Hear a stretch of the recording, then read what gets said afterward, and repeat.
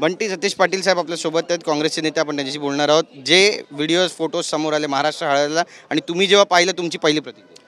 नाही, अत्यंत दुर्दैवी हत्या झालेली हे महाराष्ट्रानं बघितलं होतं, परंतु काल ज्यावेळी फोटोज हे सगळे आल्यानंतर संपूर्ण महाराष्ट्र हळहळलेलं आणि आम्हाला शासनाला विनंती आहे यामध्ये कारवाई व्हावी.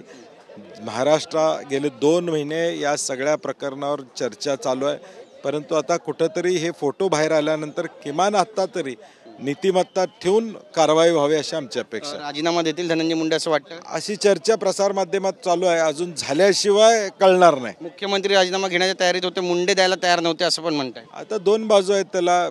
अजितदादांनी जाहीरपणे सांगितलं होतं की मी राजीनामा दिलेला होता, मग आता त्यावेळी त्यांनी तो इशारा समजून घेतला नाही, त्यावेळी त्यांना कुणाचा पाठिंबा होता देऊ नका, आता त्यांनाच माहीत असणार. खंडणीच्या प्रकरणातून हत्या झाली आणि सातपुड्यावर बैठक झाली असा आरोप केलाय सुरेश धस यांनी. नाही, सुरेश धस भाजपचे आमदार आहेत, ते ज्यावेळी बोलतायत सगळं सांगतायत तरी देखील कारवाई होत नसेल तर कुणाच तर प्रोटेक्शन आहे. नक्कीच, पण विरोधक म्हणून तुमची भूमिका हाऊस चालू देणार? विरोधक म्हणून आमची भूमिका आता आम्ही रणनीती आमची ठरवू, परंतु आम्हाला यामध्ये देशमुख कुटुंबियाला न्याय मिळाला पाहिजे ही आमची भूमिका. आमच्याशी बातचीत केल्याबद्दल कॅमेरा पर्सन योगेश गुरवचा, गिरीश गायकवाड, TV9 मराठी, मुंबई.